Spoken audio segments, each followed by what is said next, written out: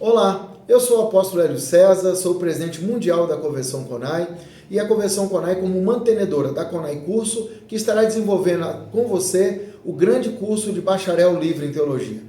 Venha fazer uma grande imersão de conhecimento através da palavra de Deus e descobrir os mistérios, os segredos, que não são segredos, basta você conhecer. A Bíblia diz, o meu povo perece por falta de conhecimento. E com conhecimento você certamente evitará perecer e abrirá portas extraordinárias para o seu futuro, como um pregador da palavra, como um ministro do evangelho, para propagar a boa palavra de Deus. Eu estou aqui torcendo por você e tendo a certeza que toda a nossa equipe da CONAI Cursos estará ofertando para você a melhor qualificação possível para que você se torne um teólogo de excelência para levar a boa palavra de Deus aos quatro cantos da terra, no nome de Jesus Cristo. Venha, faça o seu curso e a porta do futuro está aberta para você.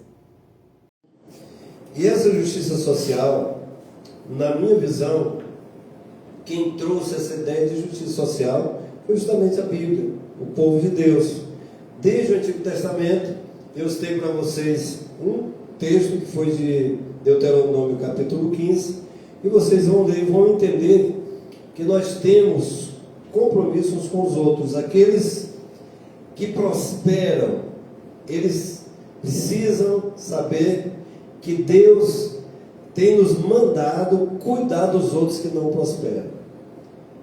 Dar uma nova oportunidade. Eu entendo assim, uma nova oportunidade, uma nova chance. Ali é a lei da remissão das dívidas, né? A lei da remissão das dívidas.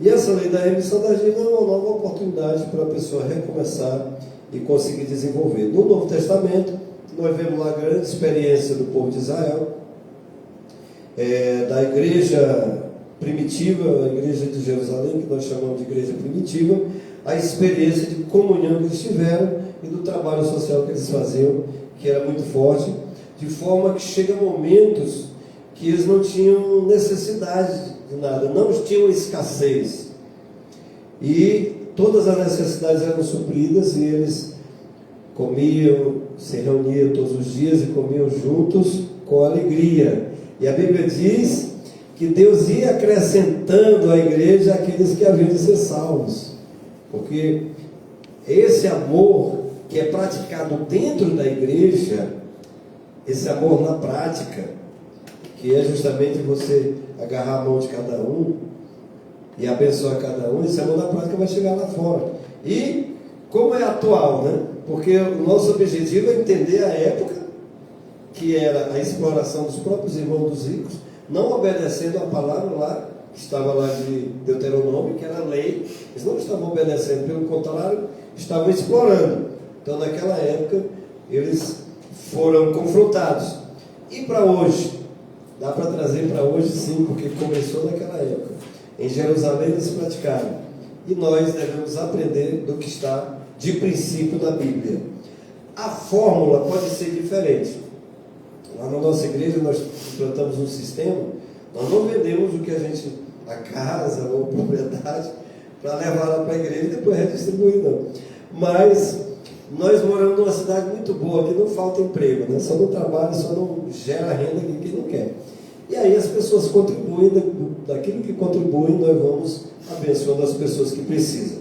Amém? E você, na sua igreja, pode desenvolver um projeto aí de acordo com a direção de Deus. Obadias, vamos aqui para Obadias. Aí Obadias vai trazer profecias de juízo a Edom. E vocês vão lembrar que Edom vem do significado de vermelho, que foi do irmão de Jacó, Esaú.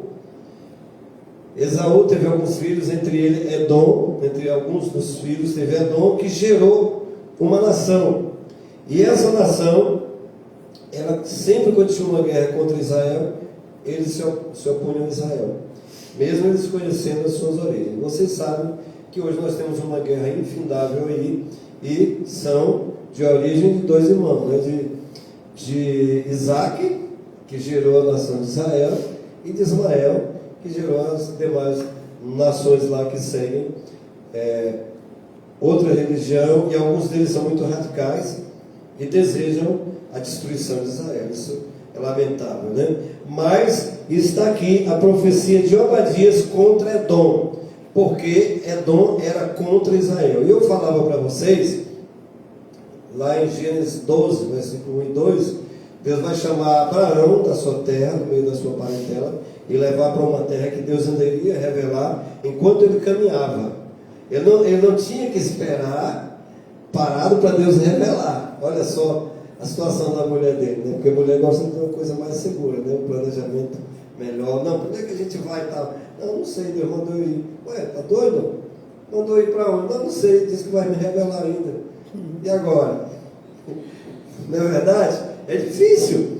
Mas enquanto eles andavam, Deus foi revelando. Mas Deus foi falando o seguinte: abençoarei quem te abençoar e amaldiçoarei quem te amaldiçoar. E essa profecia de Obadias era muito atual hoje. Hoje o mundo está dividido em duas ideias, dois pensamentos.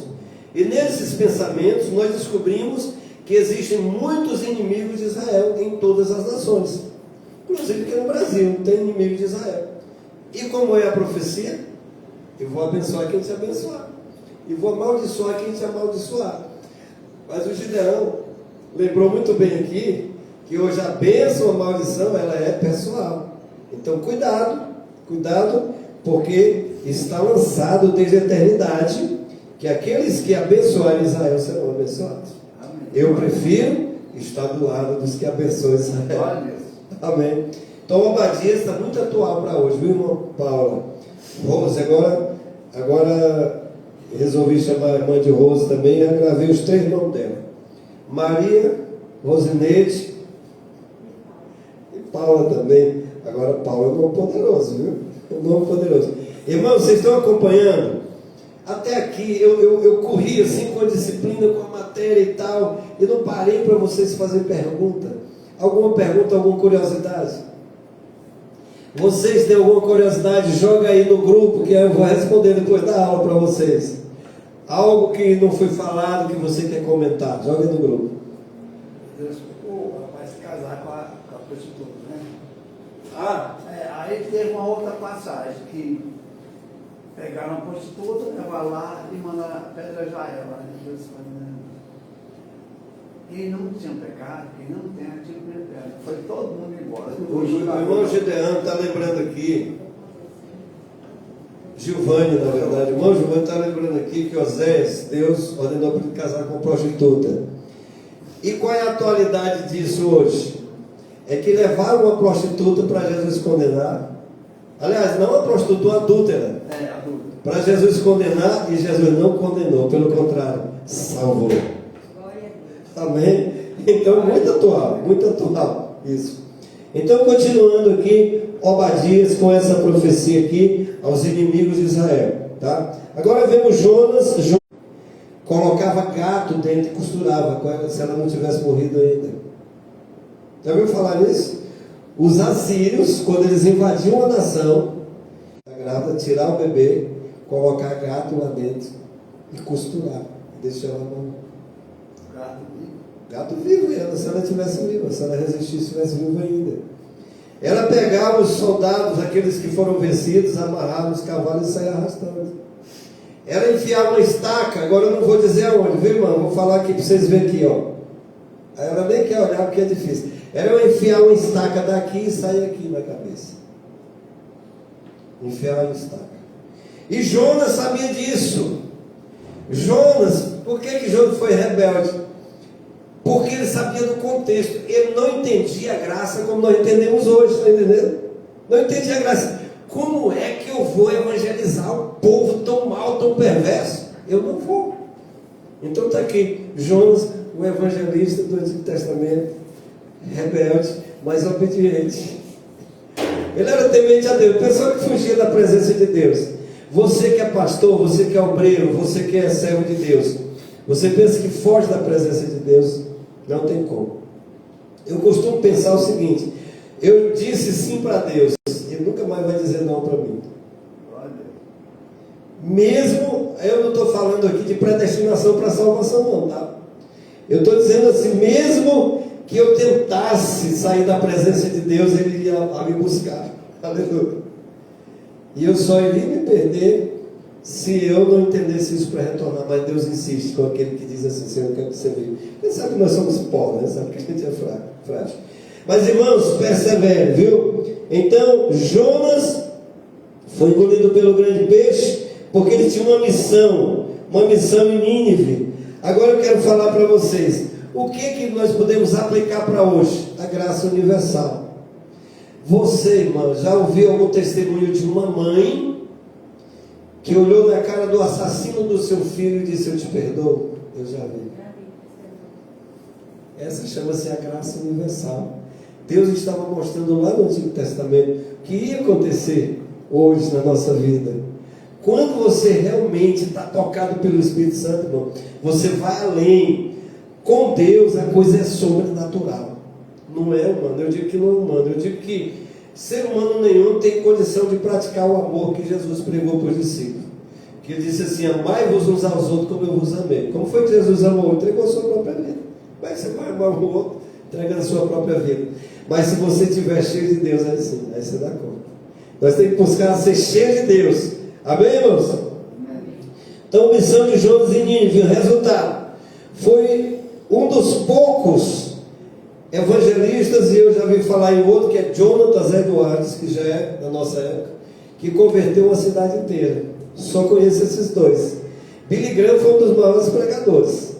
Encheu o Maracanã com quase 150 mil pessoas quando ele veio aqui.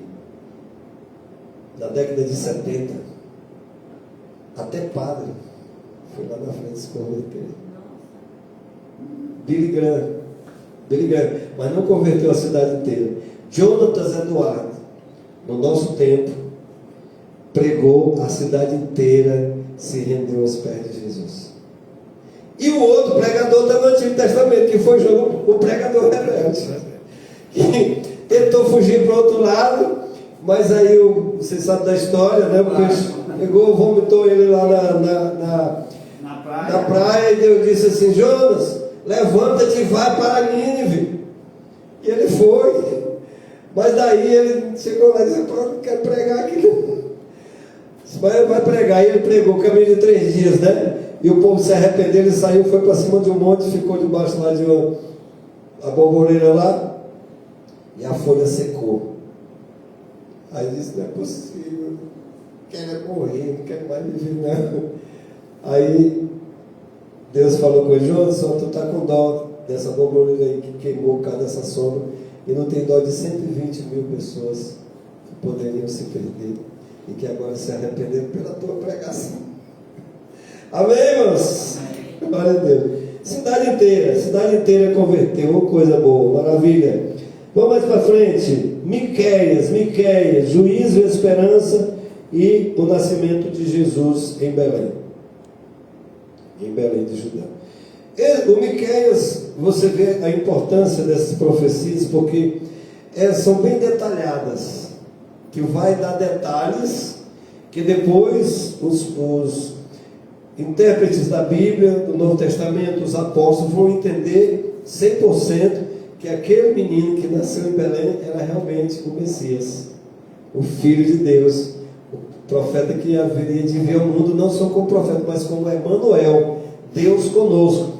Então esses detalhes proféticos do Antigo Testamento, você vai juntando todos os profetas, aí você vai para Isaías, que traz muitos detalhes, aí você vai para Miqueias, você vai para Malaquias, que traz mais detalhes, aquele que vai falar sobre o que vinha antes de Jesus, João Batista, por exemplo, e aí você vai ver todos os detalhes cumprindo-se, mostrando que Jesus Cristo é realmente o Filho de Deus. E aí, Miqueias, ele vai pregar o que todos pregaram, confrontar o povo, falar do juízo, vai falar também da esperança. E qual era a grande esperança? A grande esperança do povo era o nascimento de Jesus em Belém, da Judéia. Quanto tempo depois, pastor? 400 anos depois. E a gente às vezes é impaciente, né? Quando Deus promete a bênção para a gente. Irmãos, eu estou muito feliz, eu gosto de testemunhar aqui para vocês. Vocês sabiam, o apóstolo já falou muitas vezes, mas eu acho que, não sei se vocês estavam. Se congrega a igreja da convenção, que está afiliada na convenção, não. Se congrega alguma igreja que está afiliada na convenção? Sim. Você sabia que eu fui o primeiro presidente dessa convenção? Sim. Não falou?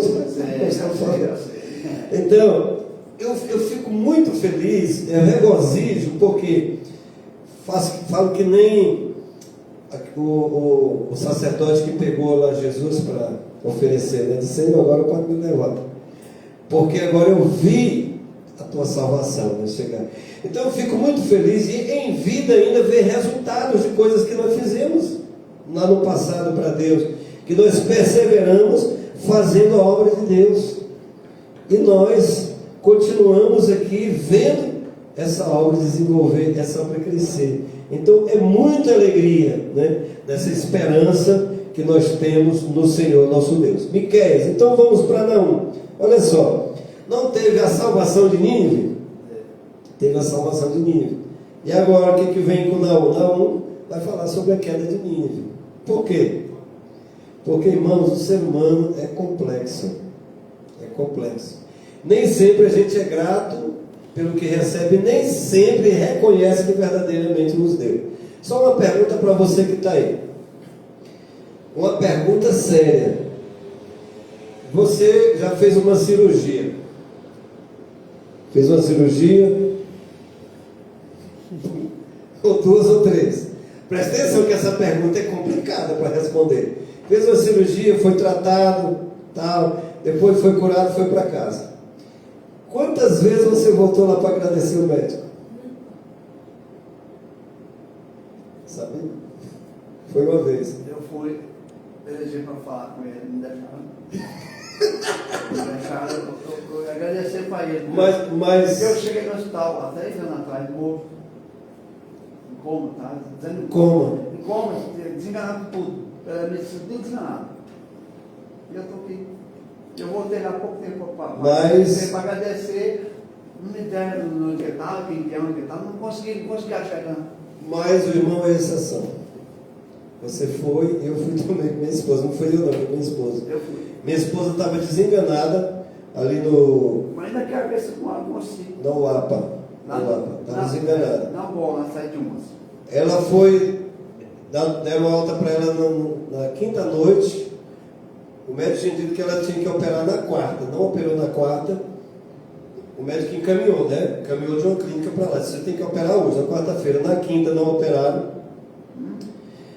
Na quarta não operaram. Na quinta à noite deram alta para ela. Aí ela falou assim: estou de alta. Aí eu falei: não vou te levar para casa. Vou fazer greve de fome. Porque ela ia morrer na minha mão em casa. Pastor, você não tem fé? A gente tem fé, mas às vezes Deus permite passar pelas situações, né? E aí eu fui lá na sexta com o meu pastor na época, era o pastor Adilson. Eu falei assim: pastor, vou fazer greve de fome. Você espera aí um pouquinho, vou ver como é que ela está lá.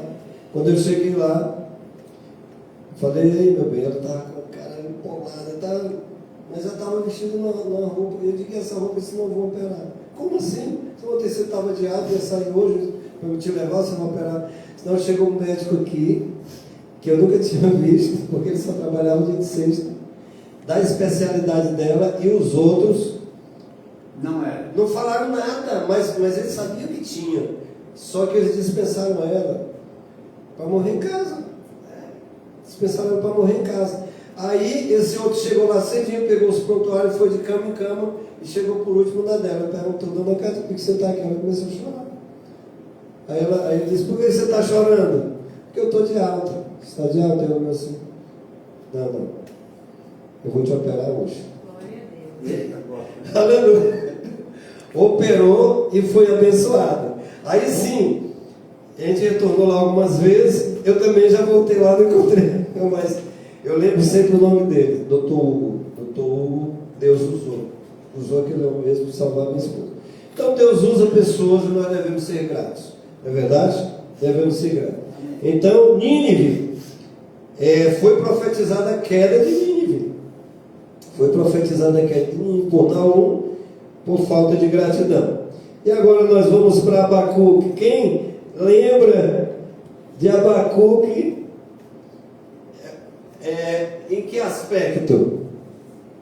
Sempre indagando a Deus. Indagando. Mas tem um aspecto interessante de Abacuque, que é a fé. Sim.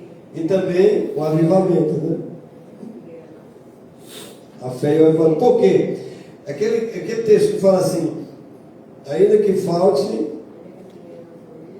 Opa, fala aí. Fala aí que eu não lembro. Ainda que a figueira não floresça, não haja fruto na vide. Eu louvo essa música. Tem a música, né? Então, é esse aqui, meu irmão. Abacuque, profeta da fé. Aleluia. Glória a Deus. Irmãos, quem nunca passou por isso? A Bíblia, ela foi toda escrita porque cada ser humano vai passar por uma circunstância dessa e Deus vai falar através dos profetas do Antigo Testamento da sua vida. Eu já passei por isso. Quando essa música fez sucesso, eu estava lá, ó, no fundo do poço.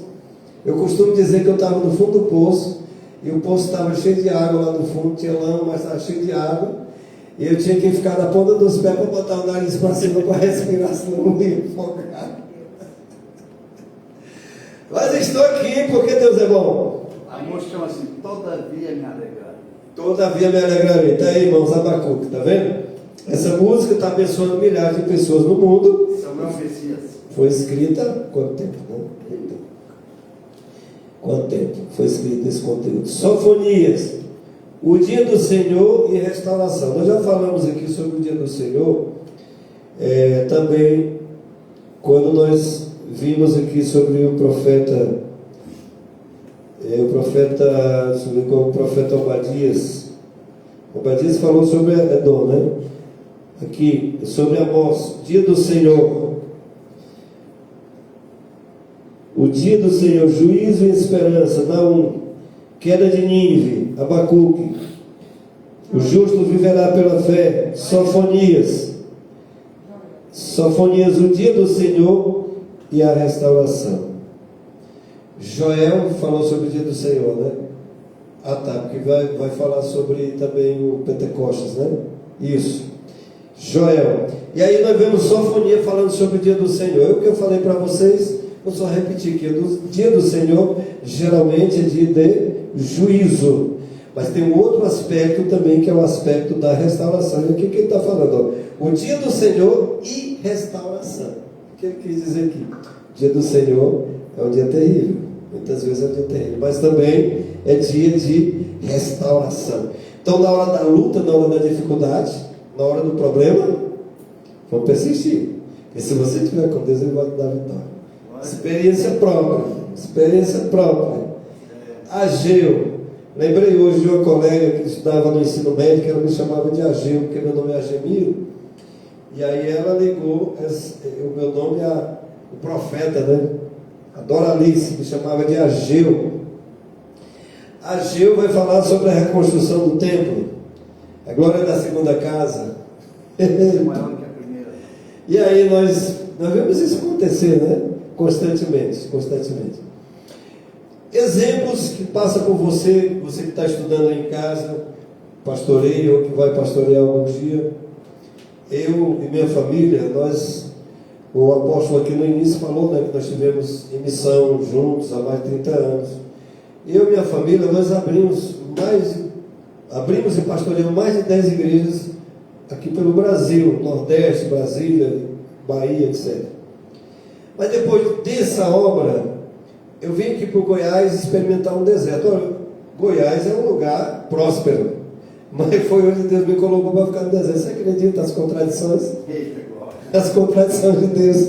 Todo mundo prosperando no deserto. Mas tinha um motivo. Tinha um motivo. Deus estava trabalhando. Deus estava trabalhando na minha vida. O que aconteceu? Deus trouxe a restauração. Então aqui tem o dia do Senhor. O dia do Senhor, deserto, processo, sofrimento. Se você analisar direito, Deus vai te levantar. Primeiro, irmão, o teu sofrimento não atribua a ninguém, tá? Você é crente, serve a Deus, pô, não atribua a ninguém, não. Vai falar com Deus. A luta sua, você falou, gerente. Vai. Você passou por isso. Vai falar com Deus. Deus vai te pegar e colocar no outro patamar. Aleluia. Os meninos lá da igreja, eu faço um trabalho também com adolescentes. Um dia desse, o menino falou assim: pastor, o senhor é rico? Aí eu olhei assim e falei assim: pensei, por que ele está perguntando se eu sou rico? Aí eu entendi. Aí outro falou assim: pastor é rico, sim.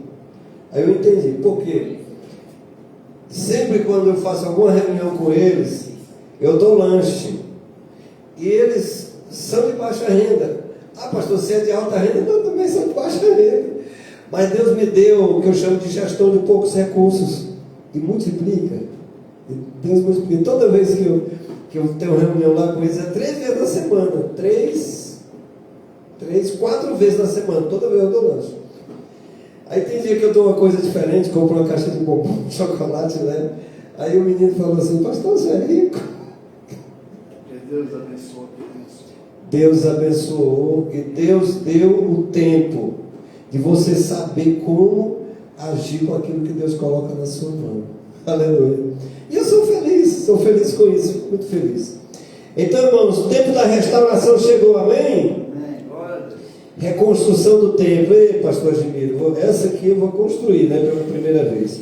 Vamos para Zacarias, estamos chegando no final, depois nós vamos voltar e fazer uma meditação mais profunda em Isaías, tá? Vocês estão muito cansados, não? Deu uma pausazinha, né? Muito cansado, não? Então, Zacarias, visão e profecias messiânicas.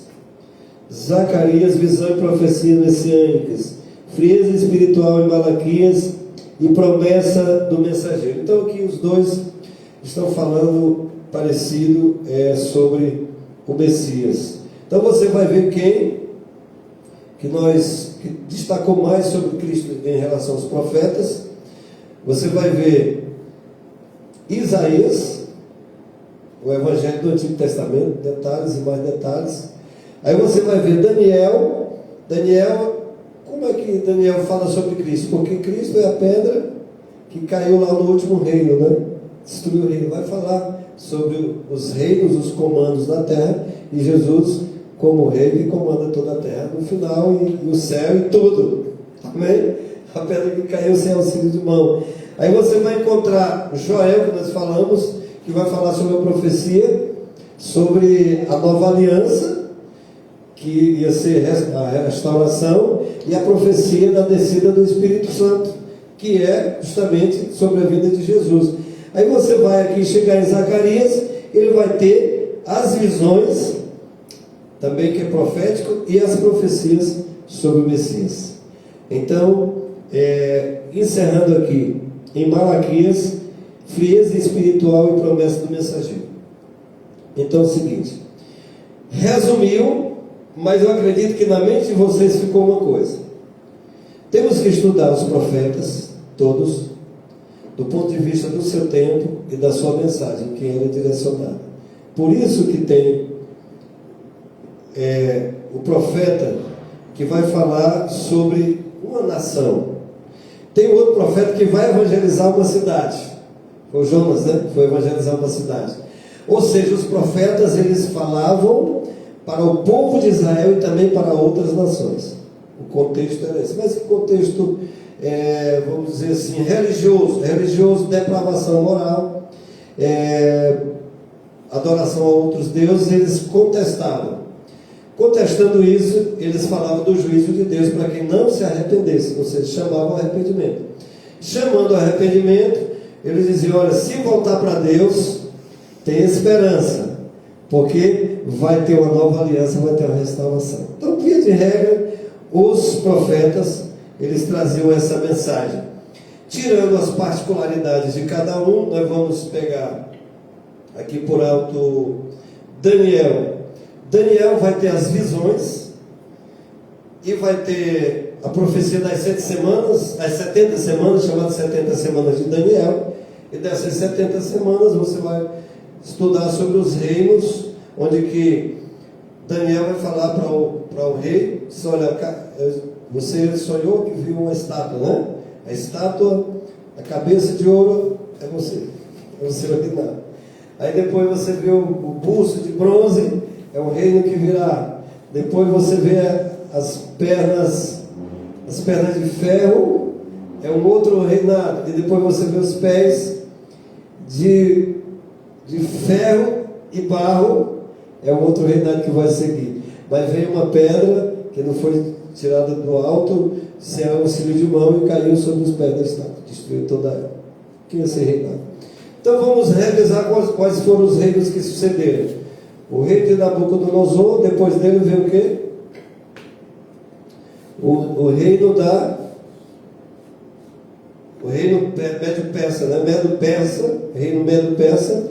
Depois do reino Medo-Persa veio o reino de Alexandre o Grande, grego, o reino da Grécia, o Império Grego. Depois do Império Grego veio o quê? Império Romano. A Rose está falando ali baixinho, Império Romano. E no Império Romano caiu essa grande pedra. Amém? Pastor, mas já tem 2000 anos, cadê o reino de Deus? Aí eu vou, de Jesus. O reino de Jesus, ele já existe aqui na terra, em nossos corações, em nós. Ele não existe de uma forma, vamos dizer assim, explícita, mas existe todos aqueles que creem nele. É tanto que se prega sobre o reino, né, implantar o reino de Deus. Mas definitivamente tem alguns fatos que estão lá, estão relatados, visões e revelações em Ezequiel e Daniel, que mostram que isso irá acontecer ainda. Há um processo no Apocalipse, em alguns textos do Novo Testamento, que fala sobre a vinda de Jesus, o arrebatamento da igreja, etc. Então precisa acontecer essas coisas. E Jesus falou sobre guerra, e rumores de guerra. Tudo isso que está acontecendo são prenúncios de que breve esse reino será visível, porque agora tem um reino invisível, mas breve esse reino de Jesus será visível. Então você volta para Daniel e volta para Ezequiel, profeta Ezequiel, e vai encontrar essas profecias, e você vai estudar essas profecias, e você vai ver, quando for estudar escatologia, que é a doutrina das últimas coisas. Então você retorna para Daniel e vai chegar até Apocalipse, e alguns textos das cartas do Novo Testamento, coisas que Jesus falou ali no livro de Mateus, no livro de Lucas. Lembram quando Jesus esteve no templo e que depois os discípulos mostrando para ele as estruturas do templo, Jesus disse: não ficará pedra sobre pedra. E depois eles foram para o monte. Quando Jesus sentou, e disse: Senhor, conta aí, quando é que vai acontecer essas coisas? Então ali Jesus dá uma sequência dos acontecimentos que a gente vai entender estudando Daniel, estudando Apocalipse e algumas profecias, previsões que tem lá nas cartas, nas epístolas. Então, irmãos, finalizando essa caminhada, para vocês verem que não foi possível até agora aprofundar-se em nenhum livro, mas a minha intenção nessa sequência, nesse panorama, foi que vocês entendessem o conteúdo, o resumo do conteúdo profético, que é muito parecido de todos os profetas, características iguais, os detalhes diferentes você vê em cada livro, mas nós não vamos sair sem buscar pelo menos aprofundar um pouco no livro de Isaías, ok? E o livro de vocês, eu estive olhando aqui o questionário, irmão Giovanni, o questionário não é difícil não, viu? Mas vocês vão precisar dar uma corrida no livro. Pincelada boa. Uma pincelada boa para conseguir responder todo esse questionário. Vamos voltar então, irmãos, agora para o livro de Isaías. E com a leitura, com um estudo um pouco, aprofundando mais um pouco nesse livro, nós vamos encerrar depois o nosso conteúdo de hoje. Deixa eu ver aqui um pouco as minhas anotações. Aí, Gemiro, está aqui. Está aqui. Está aqui as anotações aqui. Muito bem, eu gostaria, você que está em casa, e os que estão aqui vão me ajudar, nós vamos abrir Isaías capítulo 1, e depois capítulo 6 e depois capítulo 53. Mas vamos pegar aqui no capítulo 1. Porque é importante, tudo isso que eu estou falando aqui, nós falamos sem ler nenhum versículo da Bíblia, né? Nós citamos alguns, mas nós não lemos nenhum. Agora vamos adentrar no livro. É muito importante que você não apenas tenha os conceitos, mas procure entender o livro, lendo o livro e vendo os comentários sobre o livro. Então, irmãos, vamos adentrar o livro de Isaías. Como a Bíblia é muito profunda, nós vamos pegar 3 capítulos para analisar um pouco deles e comprovar aquilo que já foi falado, que os profetas, eles confrontavam o povo, eles falavam sobre o juízo de Deus, eles convocavam o povo ao arrependimento e também falavam das promessas de Deus, da esperança de restauração. Aqui no livro de Isaías, no capítulo 1, versículo 1, eu vou ler aqui para vocês, tá? Você que tiver Bíblia em casa vai acompanhando. Visão de Isaías, filho de Amós, que ele teve a respeito de Judá e Jerusalém nos dias de Uzias, Jotão, Acás e Ezequias, reis de Judá. Preste bem atenção. Esse primeiro versículo aqui, ele vai resumir lá na sua lição a introdução do livro, do estudo ao livro, que vai dizer o quê? De quem era filho? Isaías, certo? Isaías era neto de um rei de Israel. Isaías era filho de Amós, e filho de Amós, o que ele escreveu a respeito de Jerusalém nos dias de Uzias, Jotão, Acás e Ezequias. Aí vai dizer que Isaías profetizou durante esse reinado, esse tempo aí, cerca de 30 anos, tá? Que durou o ministério profético dele. E Isaías, ele era da família real. Então lá você vai encontrar. Agora, a gente lendo a Bíblia nem sempre fixa, porque nós lemos a Bíblia não pensando nas características, mas tem alguma mensagem para nós, não é? Então, estudar mais a fundo é bom por isso. Você vai descobrir de onde é a linhagem. Estudando a linhagem, você vai descobrir que ele era neto de um rei de Judá. E ele profetizou em Judá. Falei para vocês que tinha, o reino já estava dividido, o reino de Israel tinha Israel mais a norte e Judá ao sul. Judá com a capital Jerusalém, Israel com a capital qual era? Quem lembra? Você lembra? Escreve aí. Ou quer que eu dê a resposta? Samaria, Israel, Samaria. Então, Isaías, você vai encontrar aqui no primeiro capítulo do livro, características que está no seu livro também, no estudo, de quem que ele era filho, o reinado, os reis que ele perpassou esses reinos, ministrando lá a sua mensagem. E aí, foi mais ou menos um período de 30 anos. Muito bem, agora vamos para o versículo 2. Ouvi, ó céus, dá ouvidos, tua terra, porque o Senhor tem falado. Olha só aquela palavra que eu falei. Geralmente, os profetas diziam o quê? Escuta a voz de Deus. Deus me mandou dizer, Deus falou comigo, e mandou pregar, mandou falar. E aqui ele já entra com a profecia, o Senhor tem falado. O que ele quer dizer com isso? Eu ouvi de Deus para trazer para vocês. Então o profeta tem que ter esse cuidado de ouvir de Deus e trazer para as pessoas. Se tiver alguma dúvida, não traga, faz um teste com Deus. Senhor, o Senhor mesmo está falando. Então, toca para que as pessoas possam ser verdadeiramente abençoadas. Aí o que ele vai dizer assim, ó? Escuta céu, escuta terra. O que ele está dizendo? Ó, onde tiver alguém, escute. Presta atenção, ouve a palavra de Deus, não é verdade? Aí o que ele vai dizer? Eu criei filhos e os engrandeci, mas eles se rebelaram contra mim. Agora, entra numa igreja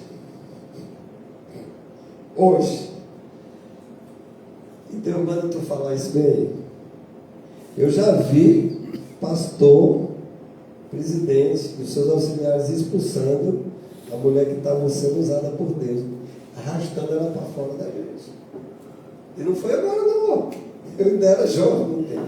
Imagina hoje, chegar lá, ei pastor, ei irmãos, escuta aqui, palavra de Deus.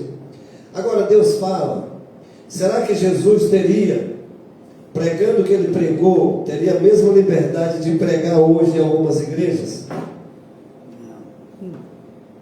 Então, irmãos, é complicado. A gente tem que sempre estar voltando para a Bíblia, viu, irmãos? Sempre estar voltando. E eu sei que a gente não vai consertar as igrejas e pessoas, mas temos que pregar e deixar o Espírito Santo falar em cada um. Esses aqui, eles obedeceram? Não, de forma alguma. Muito bem. O boi conhece o seu possuidor e o jumento a manjedoura do seu dono.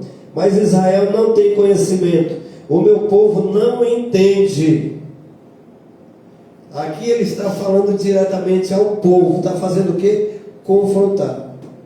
Imagina. Você já casou, já tem filhos? Qual a idade?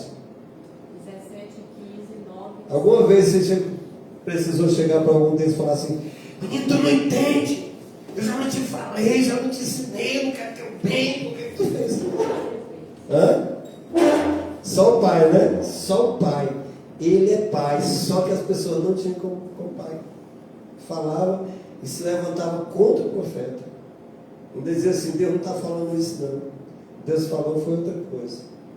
E teve rei que chamou um monte de profeta para profetizar coisa. Não, porque lá só profetiza coisa ruim para mim. Traz um aí para profetizar coisa boa. Aí foi lá, levou os profetas lá e profetizaram coisa boa. E o rei não ficou contente, mandou chamar o outro. Acho que foi Amós mesmo, isso que eu falei. Mandou chamar o outro. E o outro disse assim: ó, Deus, eu vi Deus falando lá no céu que ia mandar um espírito de engano na boca desses profetas tudinho para falar mentira para você. Agora eu vou falar a verdade. Ô glória, aleluia. E ele teve que ouvir. Então, irmão, presta atenção: o boi, a nação pecadora, povo carregado de iniquidade, descendência de malfeitores, filhos corruptos, deixaram o Senhor, blasfemaram o Santo de Israel, voltaram para trás. Olha aqui, confronto, né? Confronto o tempo todo. Confrontando quem? Os outros, não foi? Estava confrontando quem? O povo. Aqui o profeta está na posição: opa, eu sou profeta de Deus. Deus mandou, eu vou falar. Aí eu falo, eu conheço a nossa igreja aqui que fala assim: fala que Deus manda mesmo. Não é, irmãos? É verdade? Então, tem convicção se Deus está mandando isso. Tá? Pois que sereis ainda castigados, se mais vos rebelariam. Toda a cabeça está enferma e todo o coração fraco. Desde a planta do pé até a cabeça não há neles coisa sã, senão feridas, inchaços e chagas podres, não espremidas, nem ligadas, nem amolecidas com óleo. Olha, a linguagem pode ser outra, mas eu estou lendo aqui todos os profetas. Só isso aqui. Só que Isaías, ele vai mais pesado, porque ele fala que desde a cabeça até a planta dos pés, ó, a planta aqui, ó, não podia nem pisar. Tudo era ferida, mas não é. Isso era como que chama? Era metáfora, não estava são. Aqui não tem doença nenhuma. Mas que feridas eram essas? Pecado, erro, desobediência, mentira, engano. Estava assim. Ele estava confrontando o povo, para o povo se arrepender. E aqui vai falar sobre arrependimento, certo? Sobre arrependimento. Mas nós vamos comprovando isso, que era isso que os profetas falavam e profetizavam. Hoje você conhece algum pregador que prega o arrependimento? Ou só pregador que prega bênção, cura, carro novo, casa própria, hein? E o que mudou? A palavra não mudou, irmãos. É o mesmo. Hoje, Jesus mudou. Jesus não era da época desses profetas, mas o que ele falou não estava em consonância. Ele não veio também para confrontar os pecados, para falar sobre arrependimento, sobre salvação, sobre cura e sobre juízo também, não é verdade? Foi tudo isso. Então, resumindo, aqui está o profeta, o grande profeta Isaías, confrontando o povo. Mas Não tem ninguém perfeito. O único que nunca pecou foi quem? Jesus. Vamos para o capítulo 6, você vai descobrir quem realmente era Isaías. Porque Deus mandou ele confrontar o povo. Ele foi e confrontou o povo. Mas tem muitas vezes que Deus manda você pregar uma mensagem para o povo e essa mensagem volta para você. Prega mais para você do que para o povo. Você já viu isso? Mais para você. Então vamos para o capítulo 6 para ver o que estava pregando lá no capítulo 6. O que aconteceu com Isaías no capítulo 6? Agora, veja bem, Isaías, ele era da linhagem real, certo? Então, aquele profeta social, na hora de profetizar dessa lei, vai ter um momento social, aí tem as piadinhas, ele entra no meio e tal, está ali escutando e tal, aí, às vezes até fala um xingamento. Você viu algum pastor por aí esses dias fazendo xingamento? Eu vi, está aqui na internet. Aí foram lá criticar ele se defendeu. Mas entre ele e Deus, né? Só que Isaías aqui, você vai ver, vamos ler primeiro? Vamos ler, vou ler aqui primeiro para vocês, olha só. Isaías aqui. No ano em que morreu o rei Uzias, precisou morrer o rei para ele ter um encontro real com Deus. Ele já era profeta. Olha só. Eu vi também ao Senhor assentado sobre um alto e sublime trono, e a cauda do seu manto enchia o templo. Glória a Deus. Não basta ser pastor, não basta ser crente. Tem que ter um encontro real com Deus.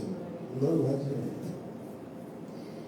Nós somos falhos, somos fracos demais.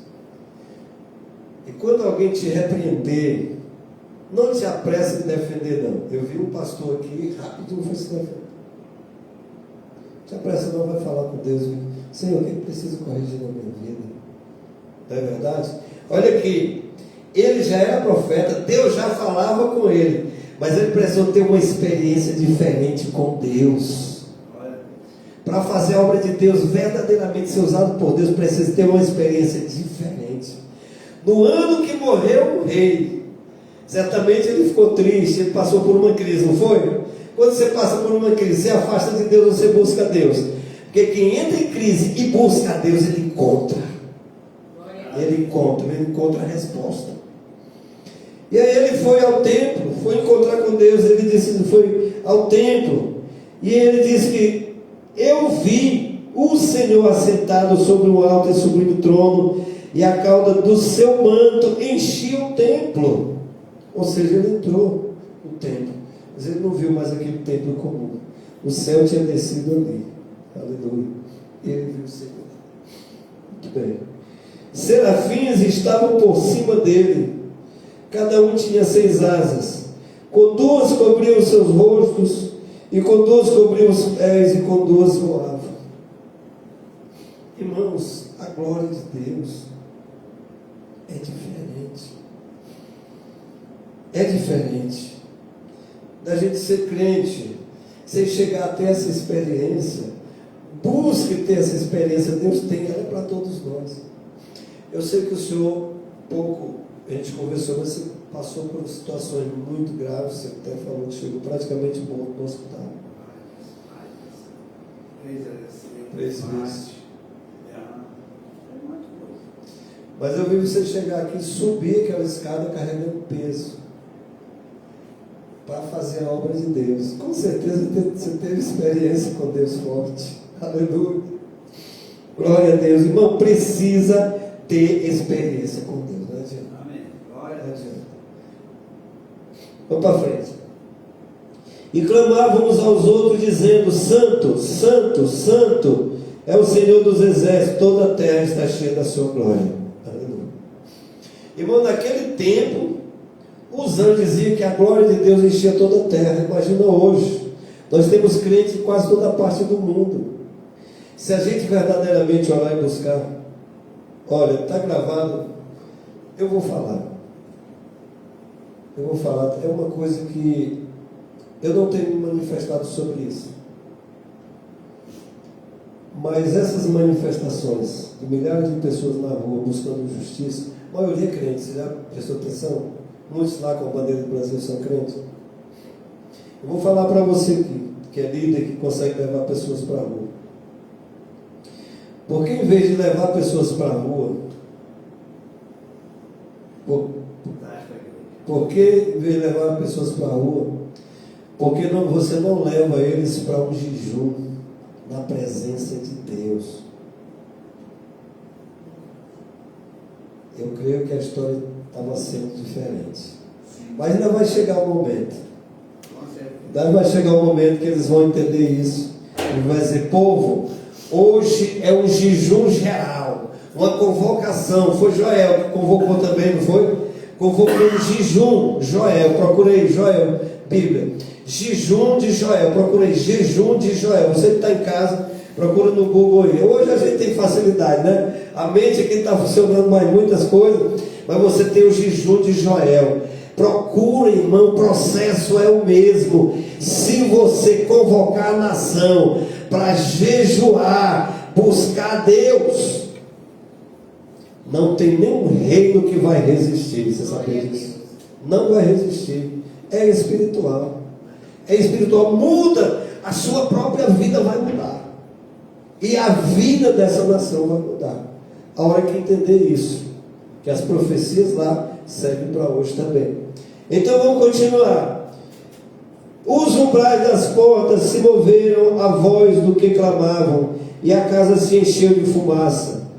Então disse eu, o que ele disse?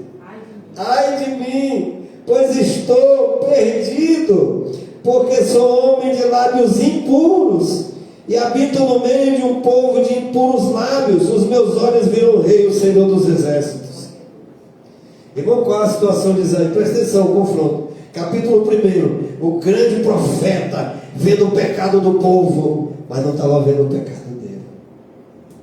Ele está confessando aqui que ele se sentava no meio do povo lá, de lábios impuros, falando o quê? Coisas que não agradam a Deus, não é verdade? Até xingamentos, até palavrões, é ou não é? E na hora que Deus se revelou para ele poderosamente, que ele viu a glória de Deus, ele disse: eu estou morto. Porque na hora que você encontra com Deus, a primeira coisa que o Espírito te fala: ó, você fez isso, isso, isso e isso. E você pensa que vai morrer, mas não. Deus encontra com você é para quê? É para lavar, é para limpar, é para perdoar, é para abençoar. Eita glória! Aleluia, glória a Deus. Santo é o nome do Senhor. Então, quando ele disse isso, irmão, um dos serafins voou para mim, trazendo na sua mão uma brasa viva que tirara do altar com tenaz. Irmãos, quando você encontra com Deus, se Deus permitir, olha, se Deus permitir você ver a glória de Deus, fica triste, não se alegra, que tem uma saída, tem uma solução. Você imagina o próprio anjo vir ministrar, está lá adorando a Deus. Um dos serafins que estava adorando a Deus parou a adoração e veio cuidar de você. O que a Bíblia diz? Que os anjos são espíritos ministradores que trabalham em favor daqueles que vão herdar a vida eterna. Aleluia. Eles estão entre nós. Eles estão entre nós. Porque eles glorificam o Pai, trabalhando por nós. Estava aqui. Cadê o profeta? Cadê o grande homem de Deus? Cadê o grande presidente de convenção? Cadê o grandão? Cadê aquele que nunca mais se arrependeu lá na presença de Deus? Cadê aquele que nunca mais falou língua estranha no tempo que você era jovem? Que Deus te chamou para a obra e você foi lá na frente, você chorou, falou língua estranha, consagrou sua vida a Deus. Hoje você está no erro, no pecado, olhando só para o Pix e para muitas outras coisas que eu nem vou mencionar aqui. Volta, faz que nem Isaías, vai buscar um encontro real com Deus. Aleluia, glória a Deus. E aí o serafim foi lá e queimou com a brasa viva, tocou na minha boca e disse: eis que estou com os teus lábios, e a tua iniquidade foi tirada, e o teu pecado foi expiado. Aleluia.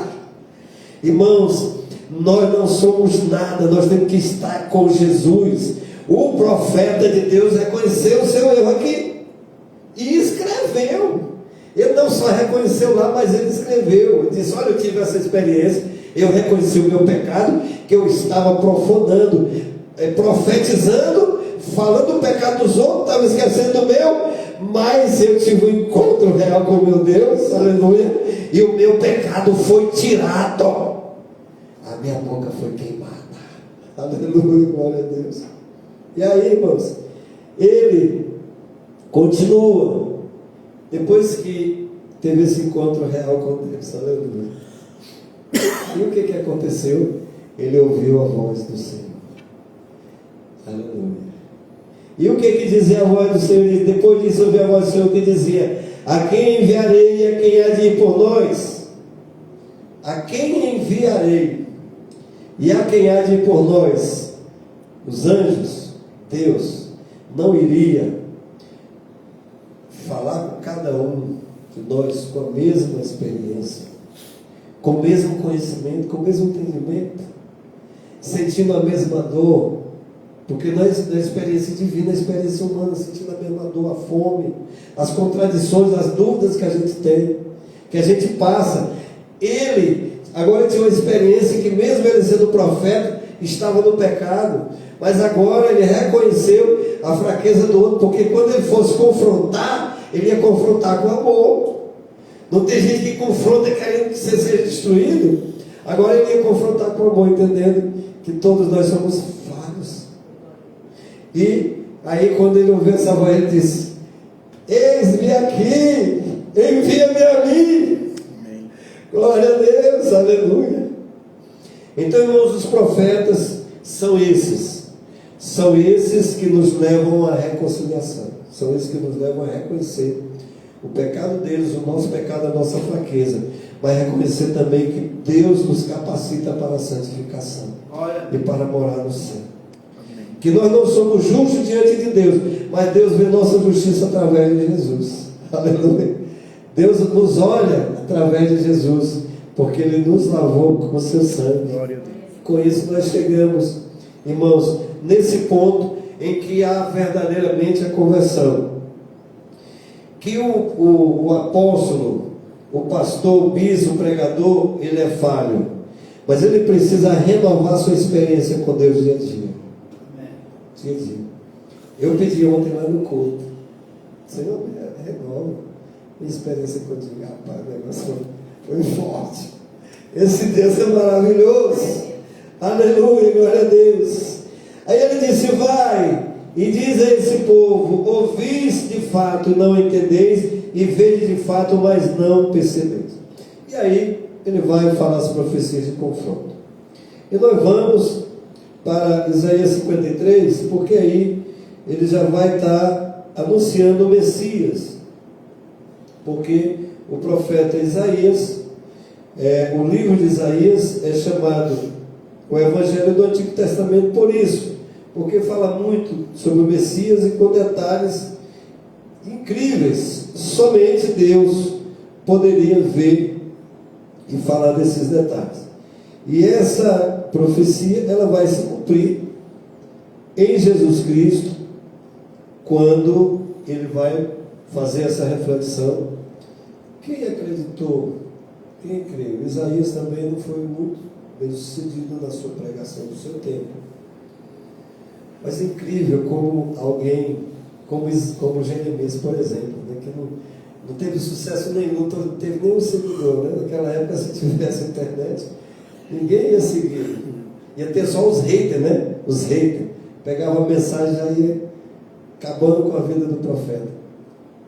Mas imagina hoje a importância dessas profecias, né, para nós, coisa maravilhosa. Então não se preocupe se você pregar e aparentemente ninguém escutar, não se preocupe, porque Deus está ouvindo e Deus está trabalhando no coração de pessoas. Então ele vai dizer: quem deu crédito à nossa pregação e a quem se manifestou o braço do Senhor? Porque foi subindo como renovo perante ele, e como raiz de uma terra seca, não tinha beleza nem formosura, e olhando nós para ele, não havia boa aparência nele para que o desejássemos. Isso aqui vai falar de Jesus, mas a pergunta, irmã Rosa, Jesus era formoso Ou era feio sim, sem aparência para o que desejasse? Era como a raiz em uma terra seca. Como é que é uma raiz em uma terra seca? Meu Deus. Por causa deles buscavam alguém que expressasse poder na sua fisionomia. E como Jesus pregava com amor, eles não compreenderam a graça. Não compreenderam, está vendo? Além disso, tem um significado aqui, porque ele não está falando do Jesus natural, nem do Jesus ressuscitado. Porque o Jesus ressuscitado, tremendo, ele está falando do Jesus pregado na cruz.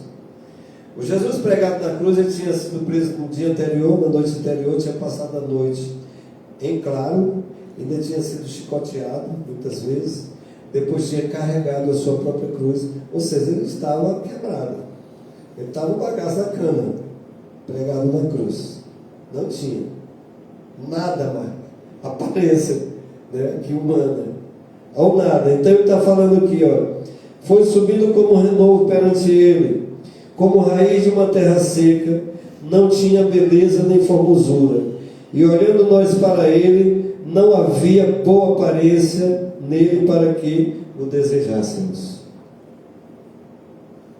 É verdade? Era desprezado e o mais rejeitado entre os homens, homem de dores, olha só, chicote, cruz, chicote, carregar a cruz e depois ser crucificado, experimentado nos sofrimentos e como um de quem os homens escondem o rosto, era desprezado e não fizemos dele caso nenhum. Aleluia. Irmãos, aqui tem um misto, aqui no meu sentimento, um misto assim de sentimentos e de emoções de razão. Você falou a respeito da aparência dele, né? Nesse chicote da época, tinha umas pontas de osso na ponta que batiam e acabou um pedaço, ele estava todo despedaçado. Ele foi todo despedaçado, ficou tudo dele. Não fizemos caso algum, mais desprezado. Por quê? O que é que ele falou lá na cruz? Ele falou assim: mãe, aqui está o teu filho, filho, aqui está a tua mãe. Jesus, no maior sofrimento, ele não reagiu como ser humano. Augusto Cury, estudando as personalidades históricas, pelos relatos, pela experiência, pelo conhecimento, pelo que ficou escrito, ele estudou Hitler, achou ele um homem comum, apenas talvez um psicopata, mas um homem normal. Estudou Nero também, estudou outras personalidades, não, normal. Estudou Jesus. Presta atenção, irmão, não sei se você conhece essa história. Augusto Cury era ateu e estudou essas personalidades primeiro, porque ele é do ramo da psicologia, psicanálise. Estudou esses homens normal, estudou, escreveu sobre eles. Estudou Jesus profundamente. Quando chegou naquela parte, ele entrou, como se ele tivesse entrado na história, como se ele estivesse lá vendo. Que ele é estudante da mente. Quando ele chegou nessa parte, Jesus dizendo para Judas: amigo, a que vens? Quando ele chegou nessa parte, ele caiu de joelhos. Por quê? Porque ele vinha analisando toda a forma que foi escrita e a perspectiva e a psicologia daquela pessoa. E ele entendeu que Jesus verdadeiramente chamou Judas de amigo. Jesus não chamou Judas ironicamente de amigo. Ninguém que está sendo traído, que está sendo entregue, vai chamar o outro de amigo, assim na verdade. E Augusto Cury ajoelhou na hora e disse: Senhor, eu sei que tu existe e que tu realmente é Deus, eu te aceito como meu Senhor. Glória a Deus. Então ele foi desprezado por todos, até pelos seus próprios discípulos, mas ele reagiu de uma forma que somente Deus poderia resistir. Uma mente humana não reagiria. Verdadeiramente ele tomou sobre si as nossas enfermidades e as nossas dores, levou sobre si, e nós o reputávamos por aflito, ferido de Deus e oprimido. Mas ele foi ferido pelas nossas causas, pelas nossas transgressões, e moído por causa das nossas iniquidades. O castigo que nos traz a paz estava sobre ele, e pelas suas pisaduras fomos sarados. Agora, esse texto continua e é muito forte, mas agora, qual a impressão que dá na sua alma essa leitura? Qual a impressão que dá na sua alma essa leitura? Existem muitas interpretações, eu não quero ir aqui para a interpretação, porque existem contradições entre as interpretações. Muitos interpretam aqui que Jesus na cruz, ele propiciou um depósito de cura para nós. Outros acham que não, que essa cura era só cura da alma e não cura física. Independentemente dessa interpretação, eu creio na cura geral, da alma e física. Mas essa leitura, o que ela diz para você? Não é como se esse texto tivesse sido escrito para ti, não é? Quando você escuta essa leitura, esse texto foi escrito para mim, porque ele é onisciente. Olha só, Isaías, 700 anos antes de Jesus, ele já estava vendo Jesus na cruz, os sentimentos. Por que estava vendo aquilo? Por que ele tinha esses detalhes? Ele conhecia, ele nem sabia. Talvez ele nem conseguiu interpretar exatamente o que ele escreveu, sabia? Talvez ele nem conseguiu interpretar direito o que ele escreveu. Mas ele estava escrevendo algo que o Espírito Santo estava revelando. Ele estava vendo 700 anos depois. E esse Jesus é a causa o quê? Da nossa cura, da nossa fé, da nossa restauração, da nossa esperança de estarmos de pé, de saber que somos perdoados, de saber que somos curados, de saber que somos abençoados, de saber que Ele nos perdoa. Glória a Jesus, aleluia. Irmão, você que está aí à distância, você vai me perdoar por não ter adentrado mais profundamente em cada livro. E até esse momento eu tinha mais coisas aqui sobre Isaías, mas Deus me levou a um sentimento profético, trazendo para nós a aplicação hoje. Agora, cada profeta desses que você for estudar, você vai ter esses pontos em comuns. Porém, você vai ter Daniel, que teve grandes visões, diferente de todos os outros, Daniel e Ezequiel. As visões, as grandes revelações, diferente de todos os outros. Todos os profetas tiveram visão e revelação de Deus, tiveram. Como, por exemplo, Malaquias vai dizer aqui, né, das visões de Malaquias e das profecias messiânicas. Mas cada um tem sua característica. Agora, no seu tempo, eles não foram muito bem compreendidos, na sua maioria.